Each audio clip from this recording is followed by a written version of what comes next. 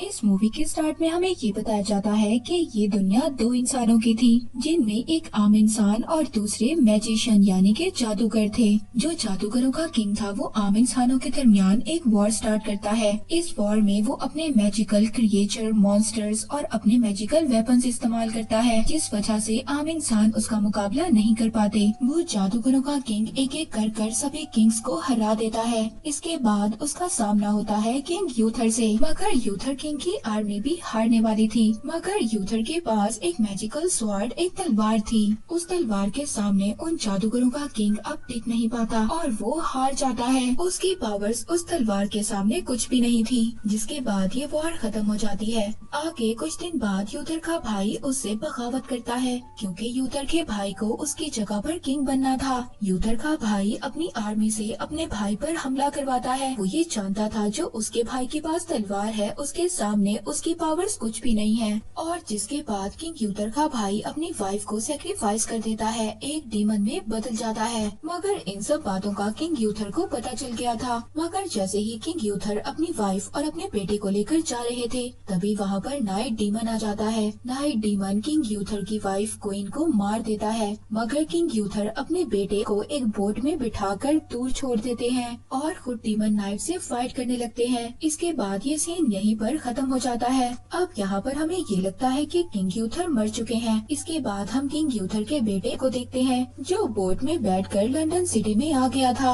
वहाँ पर कुछ लेडीज उसको अडॉप्ट कर लेती हैं और ऑर्फन हाउस में ले जाती हैं। दूसरी तरफ जो किंग यूथर का भाई था वो किंग बन चुका था और अब वो टावर भी बनना शुरू हो गया था, जहाँ से उन जादूगरों के किंग को पावर मिला करती थी। किंग यूथर का भाई भी ये पावर हासिल करना चाहता था, इस वजह से वो टावर को दोबारा से बनवा रहा था। किंग यूथर का भाई मैजिशियन कोई जादूगर नहीं था, मगर उसने अपनी लाइफ के बहुत सारे साल मैजिशियंस के साथ गुजारे थे, इसलिए अब वो भी मैजिक सीख रहा था। ऐसे ही देखते देखते 20 साल गुजर गए थे। किंग यूथर का भाई बहुत ही पावरफुल और बहुत बुरा किंग बन गया था। दूसरी तरफ किंग यूथर का बेटा आर्थर भी बड़ा हो गया था। उसका ज्यादातर बचपन चोर और लुटेरों में गुजरा था, इस वजह से वो बहुत ज्यादा शातिर और चालाक था। मगर वो बहुत ज्यादा जरूरतमंद लोगों की मदद किया करता था और साथ ही साथ छोटे मोटे इलीगल काम भी किया करता था। दूसरी तरफ हमें किंग यूथर का भाई दिखाया जाता है। अब उसका टावर भी कंप्लीट हो चुका था, मगर साथ ही उसके कैसल के पास जो नहर थी वो खुश्क हो गई थी। उसके आदमियों को वहाँ पर एक तलवार नजर आती है। वो तलवार एक इंसान के अंदर गड़ी हुई थी, जो पत्थर का बना हुआ था। उस तलवार को बहुत सारे लोग निकालने की कोशिश कर रहे थे, मगर वो तलवार किसी से भी नहीं निकल रही थी। इवन के वो तलवार यूथर के भाई से भी नहीं निकलती। अपने आसपास गांव से बहुत सारे लोगों को पकड़वाता है और फिर सबसे बारी बारी ये ट्राई करवाता है कि कौन इस तलवार को निकाल सकेगा। उधर दूसरी तरफ आर्थर की फाइट हो जाती है। यही देखकर सोल्जर अब आर्थर और उसके दोस्तों को भी पकड़ लेते हैं। ये सोल्जर्स इनको उसी बोट में बिठाकर ले जाते हैं। अब आर्थर अपने फादर के कैसल में पहुंच चुका था। यहाँ पर आर्थर को कुछ भी नहीं याद था। आर्थर को जब वो लोग तलवार निकालने के लिए कहते हैं, तो आर्थर चुपचाप उस तलवार को निकालने के लिए चला जाता है। आर्थर जैसे ही उस तलवार को पकड़ता है, तो उसको अपनी पुरानी जिंदगी के बारे में याद आ रहा था और वो इस तलवार की पावर को भी फील कर सकता था। वो उस तलवार को पत्थर से निकाल लेता है, मगर उस तलवार की पावर्स इतनी ज्यादा थी वो उसको कंट्रोल नहीं कर पाता और बेहोश हो जाता है। अब सबको ये पता चल गया था कि ये यूथर का बेटा आर्थर है। अब उसको सोल्जर्स पकड़कर जेल में ले जाते हैं।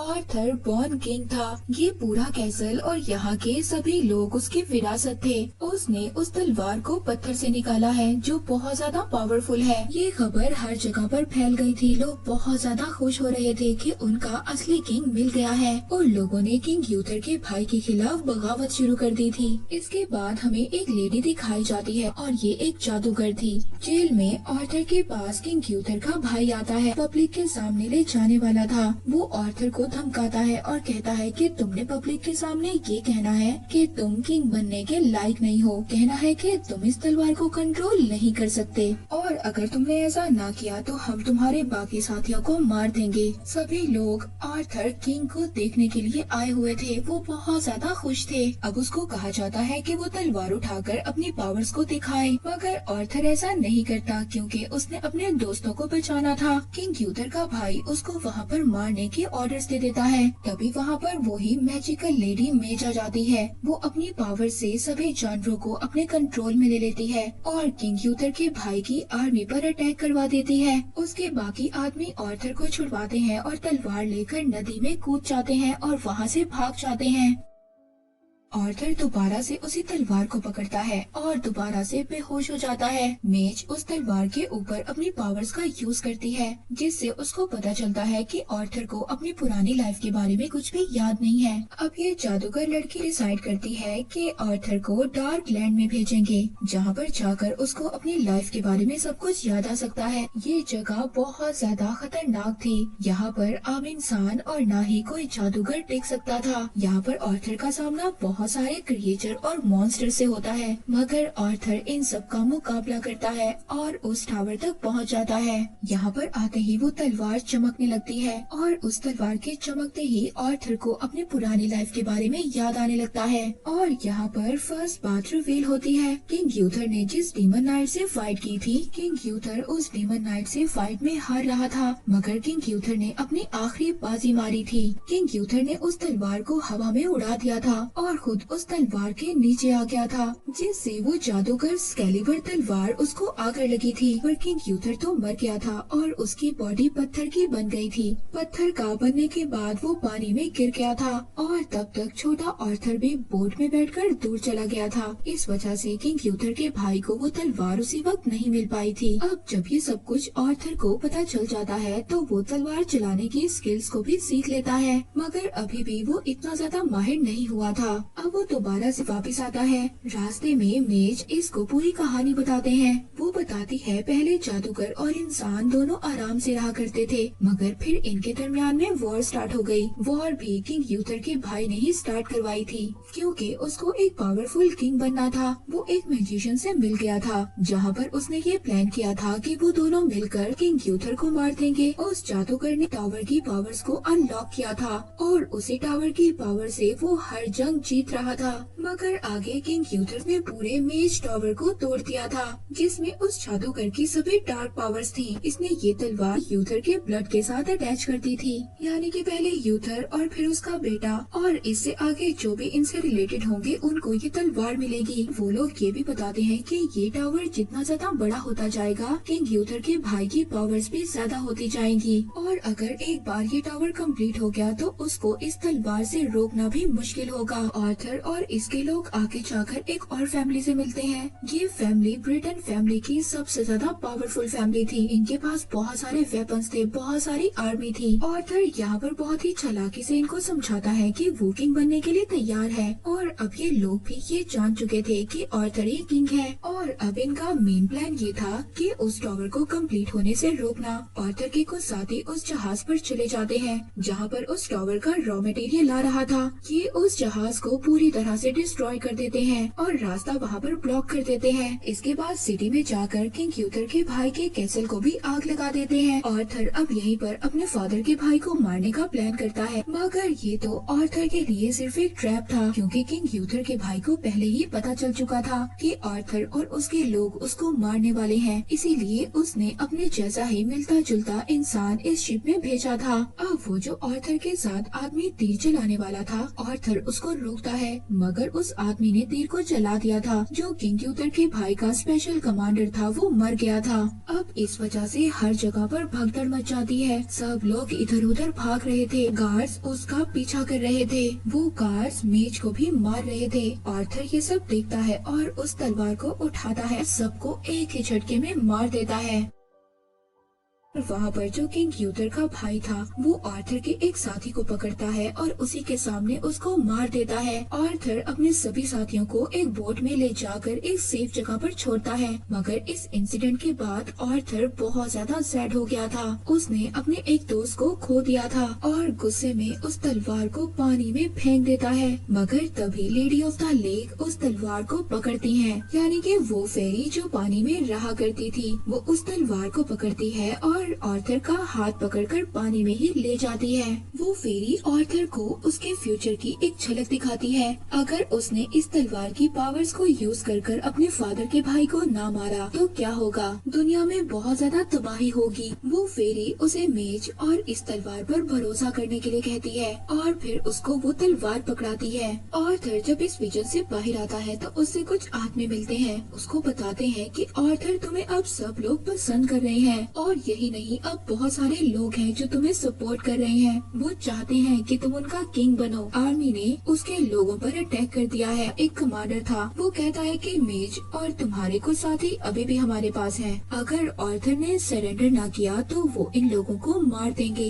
अब सब कुछ सोचने के बाद आर्थर अपनी तलवार उनके भाई के पास भेज देता है और ये कहता है कि कुछ दिन बाद वो खुद मिलने आएगा। और अब किंग यूथर का भाई ये समझ रहा था कि आर्थर के पास तलवार नहीं है, तो इस वजह से वो कोई भी उसका नुकसान नहीं कर सकता। वो मेज को छोड़ देता है। वो आर्थर पर एक प्रोटेक्टिव मैजिक करती है। आर्थर अब आगे अपने फादर के भाई से मिलने जाता है और फाइनली अब वो अपने फादर के केसल में आ गया था। अब यहाँ पर जो किंग यूथर का भाई था वो आर्थर को उसी की तलवार से मारने वाला था, मगर यहाँ पर मेज का एक प्लान था। उसने सभी सांपों और चीलों को अपने मैजिक से कंट्रोल कर लिया था। वो एक सांप को किंग यूथर के भाई के पास भेज देती है और वो एक सांप किंग यूथर के भाई पर अटैक कर देता है। किंग यूथर का भाई अपने आप को बचाने के लिए वो तलवार सांप को मार देता है और वो तलवार अब एक पिलर में फंस जाती है। इस तलवार को अब आर्थर ही निकाल सकता था। मेज ने अपनी पावर से बहुत बड़े बड़े स्नेक्स को कंट्रोल कर लिया था। वो स्नेक सारे केसल पर अटैक कर रहे थे और इसके बाद आर्थर की जो बाकी आर्मी थी वो भी केसल पर हमला कर देती है। अब यहाँ पर किंग यूथर के भाई को ये लग रहा था कि वो हार जाएगा। इस वजह से वो दोबारा से केव में जाता है जहाँ पर उसने डीमन नाइट को बुलाया था। वो अब खुद ही डीमन नाइट बन जाता है। आर्थर अब वो तलवार लेकर बाहर आता है। वहाँ पर ब्लैक मास्क वाले गार्ड आर्थर पर अटैक करते हैं, मगर आर्थर अपनी तलवार की पावर से सबको एक एक कर मार देता है। जो लोग बचे थे वो खुद को आर्थर के सामने सरेंडर कर देते हैं। यहाँ पर जो उसके फादर का भाई था जो डिमोनिक बन चुका था वो बहुत ज्यादा पावरफुल था और वो आर्थर पर भारी पड़ रहा था। और यहाँ पर जैसे उसने किंग यूथर को मारा था वो इसी तरह सेम आर्थर पर भी अटैक कर रहा था। अब बेहोश हो गया था। वो डीमन नाइट आर्थर को सेम लाइन बोलता है जो उसने अपने भाई किंग यूथर को बोली थी, may be the swords belong to me. ये बात सुनकर अब आर्थर को अपने फादर यानी किंग यूथर और उनके भाई की फाइट याद आती है। ये विजन देखकर आर्थर को बहुत ज्यादा गुस्सा आता है और अब आर्थर को ये बात पता चल गई थी कि अगर उसने इस तलवार का इस्तेमाल करना है तो उसको आराम से काम करना होगा, यानी कि उसको अपने गुस्से को कंट्रोल करना होगा। और अब वो ये विजन देखने के बाद इस सभी चीजों को समझ चुका था। उसने अपना गुस्सा कंट्रोल कर लिया था और अब वो इस तलवार को बहुत अच्छे तरीके से इस्तेमाल कर रहा था। उसकी तलवार शाइन होने लगती है। दोबारा से आर्थर की यहाँ पर फाइट होती है। बार बार अटैक कर रहा था। उसका वेपन टूट गया था। तलवार लगने से किंग यूथर का भाई नॉर्मल इंसानी फॉर्म में आता है और वहीं पर मर जाता है। आर्थर ने इस तलवार की पावर से टावर को भी तोड़ दिया था। सब कुछ बिल्कुल नॉर्मल हो गया था। आर्थर को किंग बना दिया गया था। वो दूर से अपनी तलवार सबको दिखाता है। सब लोग बहुत ज्यादा खुश हो गए थे। दूसरी तरफ दूर से मेज ये सब कुछ देख रही थी। उसका काम कंप्लीट हो गया था। उस तलवार तक उसने उसके असली हकदार को पहुंचा दिया था। मूवी यहीं पर एंड हो जाती है।